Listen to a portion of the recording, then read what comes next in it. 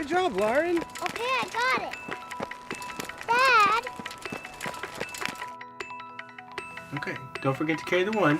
Dad. Okay. That was delicious. Thank you. Right, hold on there, kiddo. Dad. Say cheese. Cheese. There you go. Okay, just one more. Hold your trophy up a little bit higher. Dad.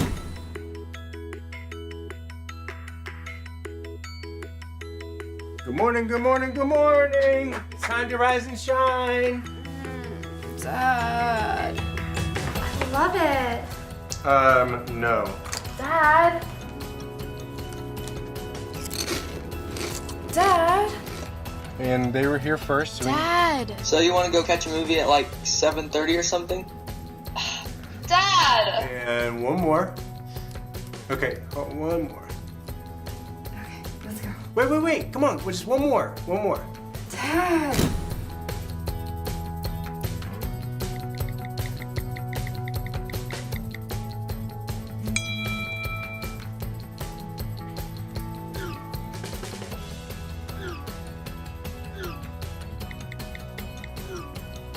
I'm so proud of you.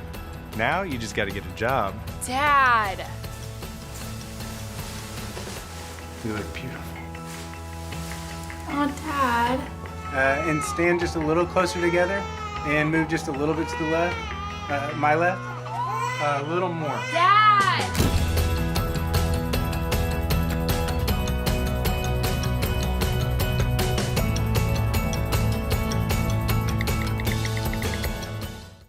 우리 단어 하나가 기억나지 않습니까? 뭐죠? Dad. 우리가 아버지를 부를 수 있는, 우리는 아버지. 이게 우리가 좀 다른 것 같아요, 느낌이. 그런데 Dad라고 부를 수 있는 건 참 감사한 일인 것 같습니다.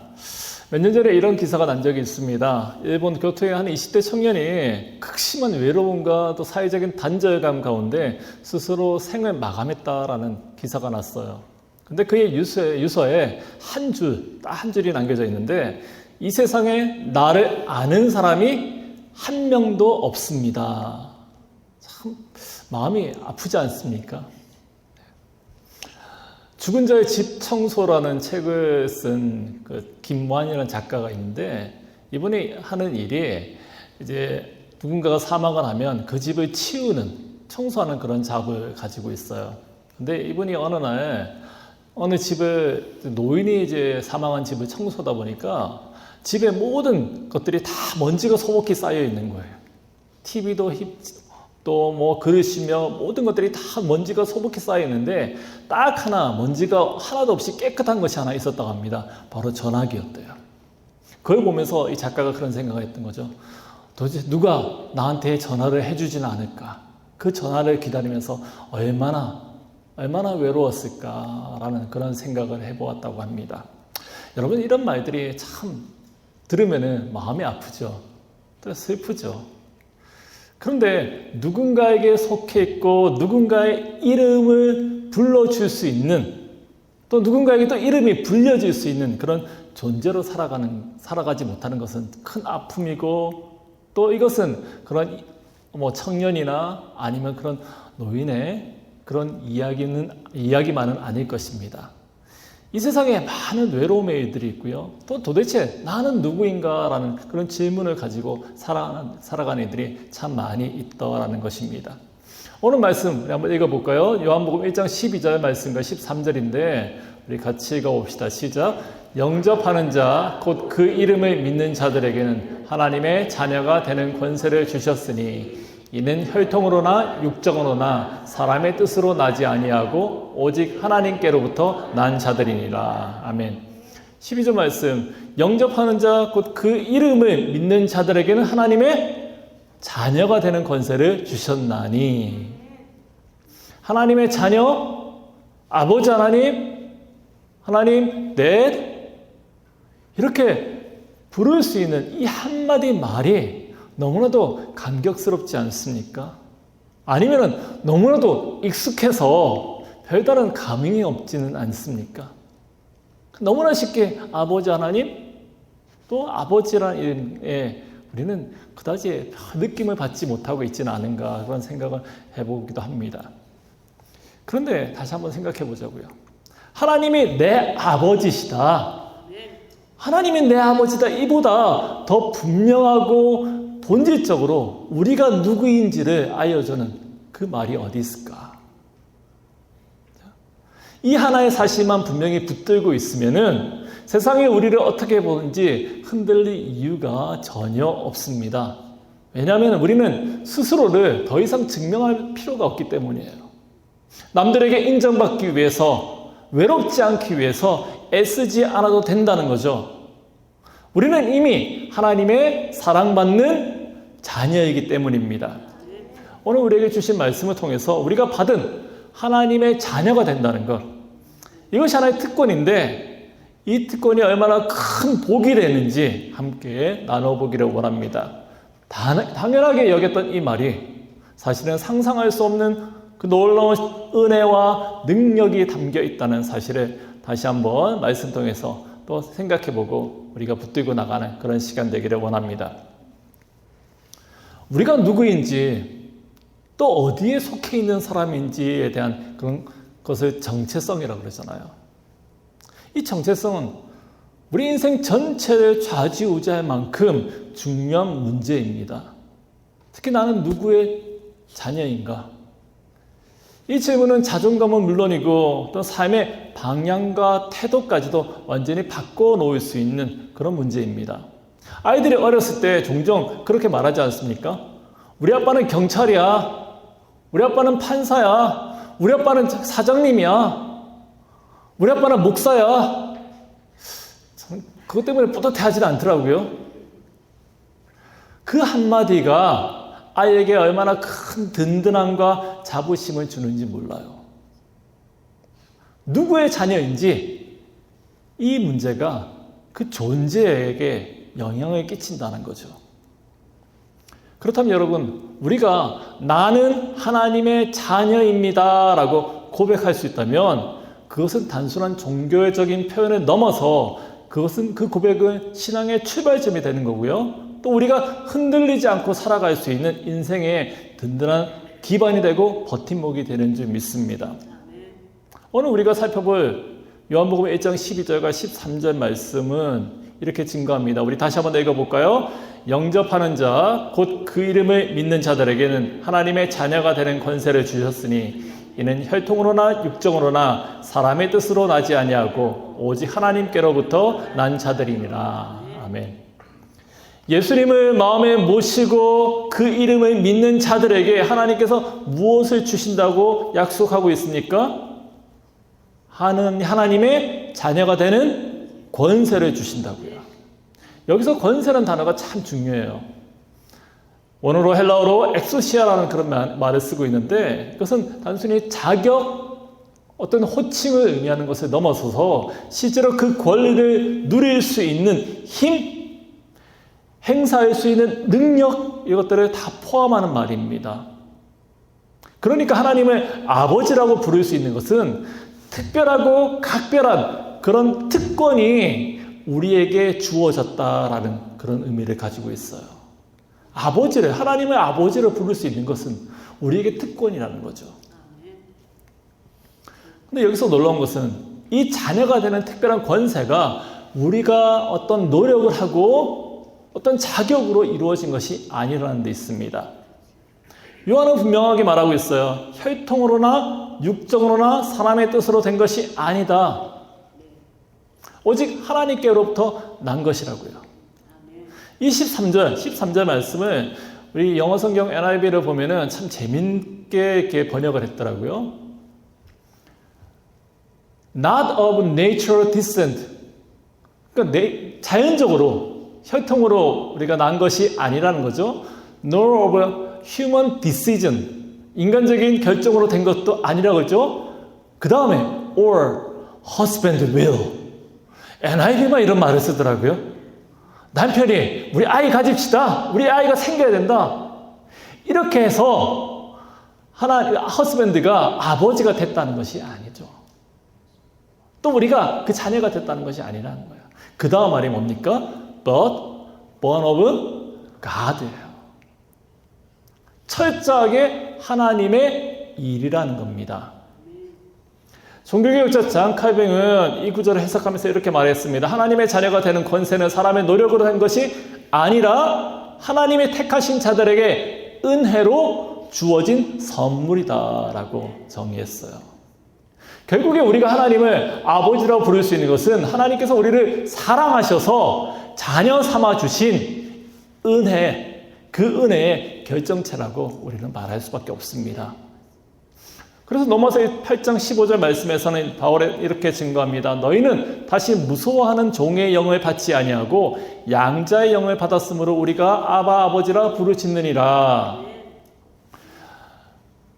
이 부분을 요즘 나온 번역으로 또 한 번 더 다시 읽어보면, 여러분은 사람을 다시 두렵게 하는 종살이의 영을 받은 것이 아니라 하나님의 자녀로 삼으시는 영을 받았습니다. 우리는 이 성령으로 아빠 아버지라고 부릅니다. 이 말씀에서 우리를 하나님의 자녀로 삼으신 것은 다름 아니라 누구라고 얘기하고 있습니까? 성령 하나님의 역사심이라고요. 하나님이 우리를 자녀 삼아서 아빠라고 아버지라고 부르게 하셨다라는 거예요. 그렇게 우리가 아빠 아버지라고 부를 수 있는 것은 어떤 신앙 고백에 머물러서는 안 된다는 거죠. 실제로 우리가 하나님과 깊고 정말 친밀한 그런 관계 속으로 들어가 있다는 증거라고 볼 수 있어요. 우리 아까 영상을 보면서 계속해서 반복되는 말이 뭡니까? 데드잖아요. 근데 그 영화 보는 장면에 여자아이들이 쭉 앉아서 영화를 갖다가 보고 있어요. 그 중에서 단 한 명만 데드한 거예요. 나머지 아이들은 딸이 아니죠. 뒤에 서 있는 사람이 과자를 먹든지 과자를 쏟든지 아니면 소리를 치든지 아무 상관이 없죠. 아버지가 아니니까요.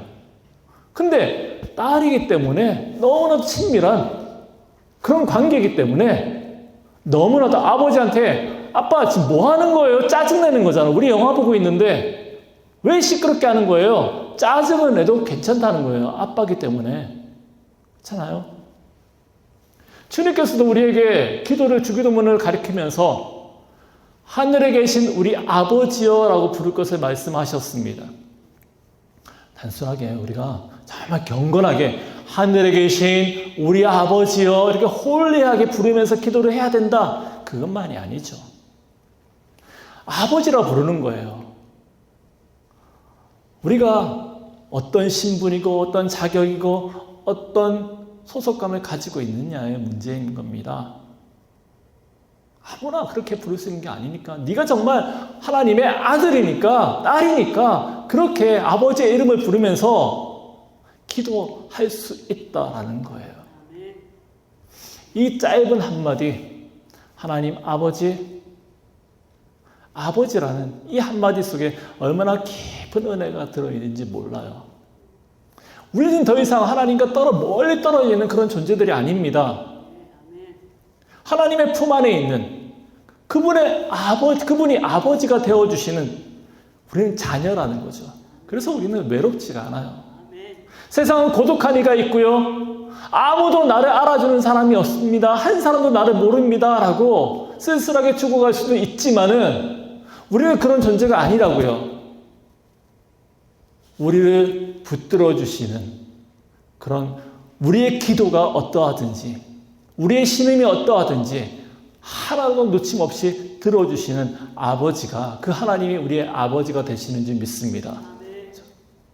그렇게 우리가 하나님의 자녀가 되는데, 이렇게 하나님의 자녀가 되었다는 사실로 인해서 누릴 수 있는 특권들이 몇 가지 정리해 보자면, 첫 번째로 우리는 하나님을 아버지라 부를 수 있다라고 말할 수 있죠. 두 번째로 우리의 기도가 달라지는 거예요.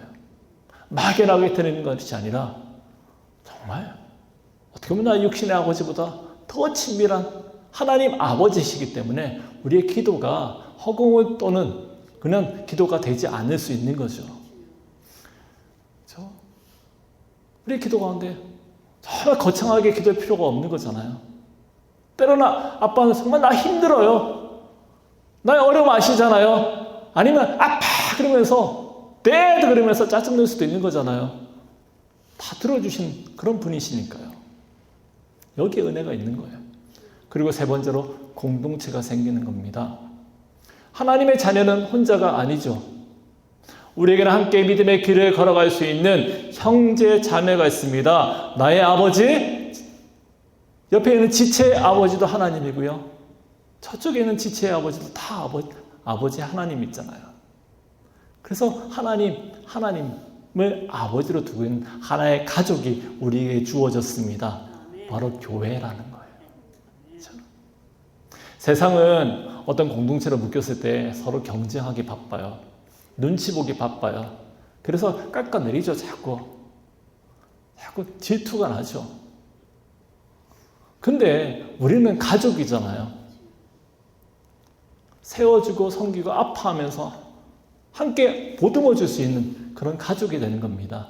그 이유가, 근본적인 이유가 우리는 하나님의 자녀이기 때문이에요. 네 번째로 성품이 변화되는 겁니다. 이 말은 부모를 닮는 거예요. 하나님의 자녀이기 때문에 우리는 그분의 성품을 닮아갈 수밖에 없는 거예요. 가끔씩 우리 집에도 그런 우리 아이들이 있는데 가만 보면은 어쩌다가 그런 거 느낄 때가 있어요. 제가 지금 하는 말이 가만 보니까 엄마가 자주 쓰는 말이야. 너 저한테 그 말을 어디서 배웠니? 근데 가만히 보니까 며칠 지나면 엄마가 비슷한 말을 하고 있어요. 아, 엄마한테 배웠구나. 엄마는 똑같은 소리 하죠. 너 누구를 닮아서 그래? 아빠를 닮은 거죠. 네. 우리가 하나님을 아버지라고 부른다는 것은 우리가 단순하게 감정적으로 이렇게 아버지라 부르는 것을 넘어서서 우리의 삶이 바뀌는 거예요. 아버지를 부르면서 하나님을 닮아가는 겁니다. 이런 것들이 우리 가운데 없으면요, 우리는 기도해야 돼요. 하나님, 내가 정말 주님 닮기를 원합니다. 내 평생 소원 주님 닮기를 원합니다. 이것이 우리의 기도가 되어야 할 줄로 믿습니다. 근데 이게 특권이라는 거예요. 로마서 8장 17절은 이렇게 말합니다. 자녀이면 또한 상속자 곧 하나님의 상속자여 그리스도와 함께한 상속자니. 하나님의 자녀가 되었다는 것은 단지 하나님을 아버지라고 부르는 것에 머무르지 않고요. 성경에서는 하나님 나라에 대한 상속권이, 그 유산이 우리에게 주어졌다라고 증거하고 있습니다. 영국의 신학자 중에 하나인 존 바클레이라는 사람이 바울과 서문이라는 책을 썼는데 굉장히 두꺼운 책이에요. 근데 이 책에서 한마디로 정리하면 은혜라는 것이 그래요. 하나님의 은혜는 받는 사람이나 자격이나 어떤 가치와 상관없이 무관하게 아무런 상관없이 그냥 주어지는 선물이다라고 해요. 은혜는 선물이다. 우리가 자녀가 된 것, 그리고 유업을 받는 것, 이 모든 것이 하나님의 무조건적인 은혜인 줄 믿습니다. 그래서 우리는 교만할 필요가 없는 거죠. 비교할 필요도 없는 거예요. 저 사람이 좀 더 누리는 것 같다? 나는 뭐지? 그렇게 슬퍼할 필요도 없는 거예요. 겸손할 수밖에 없는 거고요. 또한 감사할 수밖에 없는 거고요. 또 세상을 담대하게 살아갈 수 있는 이유가 되는 것입니다. 왜 그렇습니까? 내가 잘해서 받은 것이 아니기 때문이에요. 아버지가, 너무나 사랑이 많으신 그 아버지가 자녀를 너무 사랑해서 한 컷만 찍으면 되는데 옆으로 왜 그렇습니까? 더 자녀의 이쁜 모습을 담아내기 위해서 계속해서 그러지 않습니까? 비디오에서도요. 하나님이 우리를 너무나 사랑하신다는 거예요. 제가 얼마 전에 참 저를 많이 사랑해 주시는 분과 통화한 적이 있습니다. 이제 연세 드신 분인데 안부를 묻다가 자연스럽게 자녀들 그 가족 얘기로 넘어가게 되었습니다. 근데 그분의 아드님이 암 투병 중이라는 사실을 알려주셨어요. 근데 그 아드님이 주유소를 운영했거든요. 제가 조심스럽게 그러면 그 주유소는 어떻게 합니까? 거기를 출근하셨는데 누가 운영합니까? 그랬더니 그분이 담담하게 그냥 정리해야죠. 그러시더라고요. 그리고 시간이 지나서 또 연락을 드렸더니 그 성도님이 활짝 웃으시면서 이런 말씀하세요. 목사님, 손자가요, 그 주유소를 자기가 이어서 하겠대요. 아버지가 가족을 위해서 평생을 애썼는데 이제 내가 아들이니까 책임지고 지키겠습니다 라고 그렇게 얘기를 했다는 거예요. 그 얘기 들으면서 참 가슴이 뭉클했습니다. 아들이니까 자기가 책임지고 지키겠다. 여러분, 이것이 자녀이자 상속받은 자의 그런 마음이 아니겠습니까? 갈라디아서 4장 7절 말씀에서는 바울은 이렇게 증거하죠. 그러므로 내가 이후로는 종이 아니요 아들이니 아들이면 하나님으로 말미암아 유업을 받을 자니라. 우리는 아들입니다. 딸입니다. 누구의? 하나님의 아들과 딸들이 되는 줄 믿습니다. 그렇게 자녀는 아버지의 유업을, 유산을 받게 되어 있는 거죠. 그 유산이 무엇입니까? 우리에게 주어지는 유산이 무엇이겠어요? 하나님의 나라예요. 천국이에요. 그 유산은 하나님의 사랑이고요, 하나님의 일하심이고요, 하나님의 영광이 되는 겁니다. 그러니까 여러분, 우리가 살아가는 이유는 하나님의 자녀로서 그 아버지의 일을 이어나가는 거예요. 유산으로서. 아버지께서 이 땅 가운데 많은 이들을 사랑하셨던 것처럼 우리도 그 사랑을 품고 나가는 겁니다. 여러분, 이 말씀이 정말 놀랍지 않습니까? 말씀에서 우리는 단지 용서받은 죄인으로 머무는 존재가 아니라는 거예요. 그것만으로도 큰데 우리가 해결할 수 없는 그 죄악이 용서되었다. 그 사실만으로도 너무나 감사한데 그것을 넘어서서 너는 합법적으로 나의 재산을 몽땅 이어받을 그 유산을 받을 존재로 세워졌다라는 거예요. 하나님께서는 그 약속하신 모든 영광과 유산을 정당하게 너는 물려받을 자격이 있는 나의 아들과 딸이다라고 말씀은 분명하게 증거하고 있는 것입니다. 세상에서도 작은 재산이고 가업이라도 자녀니까 책임지고 이어나가겠다는 그렇게 말하는 거 참 자연스러운 일인데 하늘의 유산은 어떻겠습니까? 베드로전서 1장 4절 말씀에서는 이렇게 증거하죠. 썩지 않고 더럽지 않고 쇠하지 아니하는 유업을 있게 하시나니 곧 너희를 위해서 하늘에 간직하신 것이다. 세상에 그런 유산을 넘어서서요. 썩지 않고요. 더럽지 않고요. 쇠하지 않는 그 유업을 너희를 위해서 하늘에 간직해 놓으셨다라는 거예요. 세상의 유산은 언젠가 사라집니다. 그런데 하지만 하나님께서 우리를 위해서 준비하신 하늘의 유산 결코 그렇지 않습니다. 지금도 하나님 나라의 하늘의 창고에 안전하게 잘 지켜져 있는 줄 믿습니다. 나에게 주신다고 약속하시는 그 유산이요. 로마서 8장 17절 말씀 읽었지만 다시 한번 더 볼까요? 자녀이면 또한 그 상속자, 곧 하나님의 상속자요 그리스도와 함께한 상속자니. 여기 중요한 표현이 있지 않습니까? 함께한 상속자. 예수님과 함께, 하나님의 아들이신 예수님과 함께 하나님의 그 유산을 공동으로 우리가 물려받게 되는 자격이 있다는 거예요. 그런데 이것은 단지 미래에 대한 그런 천국을 말하는 것을 넘어서죠. 그 사실을 믿는다면 오늘의 삶도 달라질 수밖에 없습니다. 더 이상 세상의 가치에 휘둘릴 필요가 없다라는 거예요. 당장 내가 가난하더라도 억울하더라도 내 앞에 보이는 현실이 마음에 들지 않더라도 우리는 절망하지 않을 수 있는 이유가 되는 겁니다. 우리의 유산이 세상에 우리를 억누르는 그 문제들을 넘어서는 감히 비교할 수 없는 그 하늘의 유산이 우리에게 주어졌기 때문이 아니겠어요? 사랑하는 여러분, 상속자가 됐다. 이 정체성은요, 그냥 듣기 좋은 그런 개념이 아니에요. 우리의 삶 전체를 바꿔나가는 힘이 되는 줄 믿습니다. 우리 시선을 바꾸고요, 우리 태도를 바꾸고요, 우리의 삶을 살아가는 그 목적을 바꿔나가는 하나님의 선언이 되는 것입니다. 하나님께서 선포하시는 거예요. 혹시 여러분들 가운데 하나님의 자녀가 되었으니 이제는 좋은 일만 생기겠지. 나는 예수 믿으니까 정말 잘 되고 복만 받을 거야 라고 생각하시는 분이 있습니까?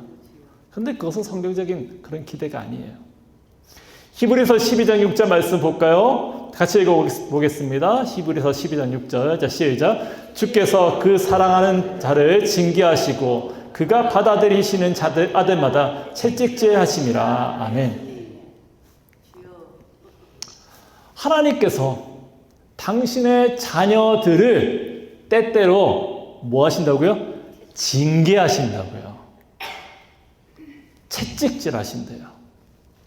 여기서 말하는 징계라는 그 원어적인 의미는 단순히 벌만을 말하는 것이 아니라 훈련시키고 교육하고 양육한다는 뜻을 가지고 있습니다. 마치 좋은 부모가 자녀를 사랑하기 때문에 그 아이를 방치하는 것이 아니라 바른 길로 잘 되게 하기 위해서 꾸짖고 가르치고 하는 것처럼 우리를 하나님이 빚어 나가시는 거예요. 그러니까 여러분, 고난이 온다고 해서 하나님께 우리는 버림을 받은 것이 아닙니다. 오히려 그 고난 속에서 우리가 하나님의 자녀라는 그런 증거를 확인할 수 있다라는 것입니다. C.S. 루이스, 유명한 기독교 작가지 않습니까? 이분이 정말 굉장히 유명한 말을 남겼어요. 하나님은 기쁨 속에 속삭이고 양심을 통해 말씀하시며 고통을 통해 외치신다. 고통은 하나님이 귀먹은 세상을 일깨우는 메가폰이다 라는 그런 유명한 글을 남겼는데 정말 맞는 말인 것 같아요. 하나님은 계속해서 속삭이고 말씀하시고 외치시고 계시는데 우리는 평안하고 잘 되면은 하나님의 속삭임조차 잘 듣지 못하죠. 모든 게 잘 되면 하나님 없이도 살 수 있는 것처럼 우리는 착각하곤 해요. 그런데 고통 앞에 서면 어떻습니까? 우리 멈추게 되잖아요. 그리고 질문을 해요. 되돌아보기도 하고 그러면서 그제서야 하나님께 귀를 기울이려고 해요. 그렇다면 고통이야말로 하나님께서 우리를 당신의 자녀로 다루시는 하나의 방법이지 않겠습니까? 평소에는 계속 말씀하고 계시는데 잘 들으려 하지 않아요. 듣는 둥 마는 둥이에요. 그러면 하나님 답답하니까 소리 지르지 않겠어요? 때로는 징계라는 방법도 사용하신다고요. 그 목적은 좀 듣도록 하기 위해서, 알도록 하기 위해서가 아니겠습니까? 자녀이기 때문이에요. 잠언 3장 12절 말씀에서도 여호와께서 그 사랑하시는 자를 징계하시기를 마치 아버지가 그 기뻐하는 아들을 징계함과 같이 하심이니라. 하나님은 우리를 자녀로 여시기 때문에 그냥 내버려 두지 않는 겁니다. 더 나은 자녀로, 더 하나님의 모습에 가깝게 빚어나가기 위해서 때로는 멈추게 하시고 돌아보게 하시고 돌이키게 하시는 그런 분이십니다. 사랑하는 여러분, 혹시 지금 마음이 막히고 상황이 이해되지가 않고 앞이 전혀 보이지 않는 그런 가운데 계십니까? 그렇다면 이렇게 고백했으면 좋겠어요. 하나님, 저를 잊지 않고 계시는군요. 여전히 저를 자녀로 여기고 계시는군요.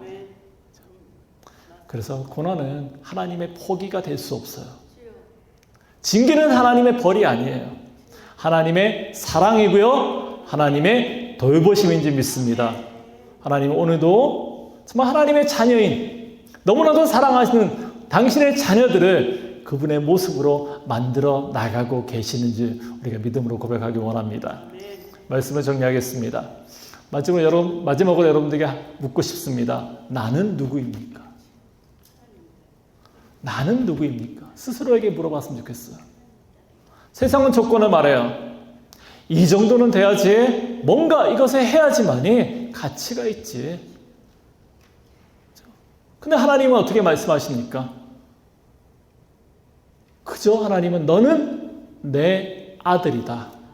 너는 내 딸이다. 너는 나의 자녀라고 말씀하세요. 우리는 하나님을 아버지라고 부를 수 있는 그런 존재들입니다. 우리는 그분의 유산을 받을 상속자가 되었어요. 그리고 그 사랑 안에서 아버지의 사랑으로 빚어지고 또 빚어지는 진짜 자녀가 되는 거예요. 그렇게 어떤 바람이 불고요. 어떤 일이 우리를 흔들어대고요. 우리를 넘어뜨리려고 붙잡고 나간다 할지라도 우리는 흔들리지 않은 이유가 되는 겁니다. 왜 그렇습니까? 우리는 하나님의 자녀이기 때문이죠. 오늘 시간에 이 하나의 진리를, 나는 하나님의 자녀입니다, 이 하나의 진리를 우리의 마음 깊숙한 곳에 새겨넣기를 원합니다. 이 하나의 사실이 우리의 삶 전체를 이끌어 나가는 줄 믿습니다. 기도하겠습니다.